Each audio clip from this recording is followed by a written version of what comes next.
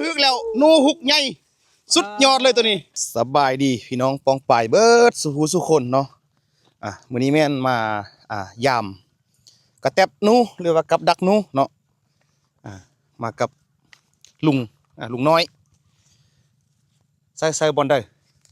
มาเบิ่งนํกันเนาะลุ้นนํกันว่ามันสิม่านบ่มื้อนี้เพราะว่าใส่ไว้แต่มื้อวานเราบ่ได้ถ่ายเอาไว้เนาะมีแต่ถ่ายตอนมายามเลยพอมาค่ำเด้เรียบร้อยพี่น้องเอ้ยลักที่1บ่ม่าน เอาเบิ่งนํกันเนาะใส่ไปทั้งหมดนี้ไล่ลังเติบแล้วพี่น้องเอ้ยอันนี้ก็เป็นลังที่1บ่ถึกบ่ม่านเด้อพี่น้องมาเบิ่งลังที่2นํกันเนาะว่าสิถึกบ่สิม่านบ่พี่น้องเอ้ยลั่นบ่ใส่บ่ได้ซอกกระแทบบ่หินแถวบัดนี่ ใส่บ่ได้ล่ะบัดนี้คือบ่หินกระแทบกระเติบยังบัดเนี่ยโอเคถึงโอ้ม่านแล้วพี่น้องเอ้ยอ้าวพอสิฮึกน้อยเดียวนึงอยู่ใช่โอ้โหยกมือหนูยกให้พี่น้องเบิ่งบัดนึงหนูเรียบร้อยหนูฮุกน้อยโอ้เรียบร้อย ม่านแล้วพี่น้องเอ้ยตัวนึงแล้วเด้อเอาลังที่2เรียบร้อย1ตัวละ1แต้มแล้วพี่น้องเอ้ยไปนี่ได้5โลตัว ใส่บอลได้ลังนี้อันเฮาใส่2ได้เนาะถึกบ่เรียบร้อยพี่น้องเอ้ยจอนพรอะไรเนี่ยเรียบร้อยโอ้โหมันไปพี่น้องจอนพรบ่เป็นนุ่งอ่ะเอายกโซ่เบิ่งยกโซ่โอ้คักสุดยอดเลยจอนพรเนี่ยบ่เป็นนุ่งโอ้ห้าก็ฮึกยังบ่นั่นเด้อใต้แล้วแต่ว่ามันบ่ยังอันนั้นอุ่นนิดนึงเรียบร้อยพี่น้องมาแล้วโอ้คัก2แต้มแล้วนู่น1จอนพร1เรียบร้อยลังนี้ฝาวลุงหน่อยลังนี้เด้ดีแต่เจ้าไปใส่หุ่น หมอกกลุ่มขนาดมันพี่น้องเอ้ยอันนี้เป็นผ่านใหญ่เขาได้นี่นะลูกใหญ่เขาได้ผ่านใหญ่ได้นี่คือว่าเฮินเก็บไปละ2แต้มลังที่5บ่ถึกโอเคฝาวโล เอาลังที่5บ่ถึกพี่น้องต่อกันลังที่6บัดนี้ไปต่อกันลังที่6เลยมาต่อกันลังที่6พี่น้องเอ้ยลังที่6เนาะนี่เนาะโอ้หินไปแต่ไกลเลยเนาะผ่านเหมือนว่าหินไปแต่ไกลเลยลังนี้นะคุณเนาะหอยหุ่นเราโอ้เรียบร้อยมันละพี่น้องลังนี้นะเป็นนู้มียังไงนู้ของข้าวหนึ่งห้ำตวงโอ้ห้ำบักยังไงคักปิงเลี้ยงไงจักโตละ3หน่อ3ตัวลังที่6ถาด3ฮึก3พี่น้องคือว่าพอได้ทำมากินพอได้อยู่เบิ่งยกโซ่ได้โอ้ขักขนาดเว้ยตัดเสียพี่น้องเอ้ยไปต่อกันลังที่7บาทนี่มันบ่ฟาวละพี่น้อง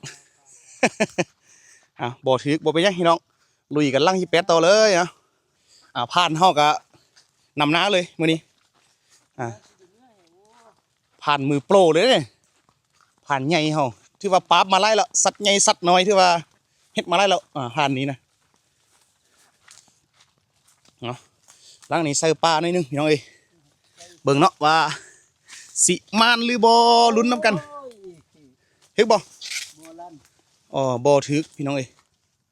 ฟาวอีกละฟาวบ่เป็นหยังต่อกันลังที่เก่ายังไล่ลังอยู่คือว่า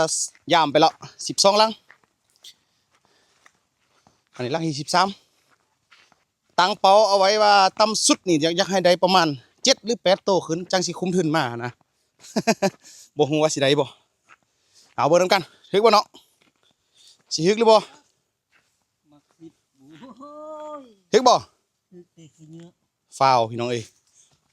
มาต่อกันลังที่14พี่น้องทางนี้นี่อาจจะบ่อยากถึกดีปานใดเพราะว่ามันของเก่าเนี่ยแล้วก็เขาเจ้าก็เกี่ยวเขาไม้มันยังมีอันกินอยู่ว่าดีเทสแล้วให้ตัวเฟืองแห้งน้อยเนื้อจังใส่เพราะมันบ่มีเขากินแล้วมันจะถึกไงถึกดีบ่ถึกพี่น้องลังนี้ก็บ่ถึกฟาวแล้วมาต่อกันลังนี้พี่น้องถึกหรือบ่โอ้ ฮึกแล้วหนูหุกใหญ่สุดยอดเลยตัวนี้บักเอฟเลยบักใหญ่เลยปู้คักสุดตัวนี้เบิ่งโอ้ย โอ้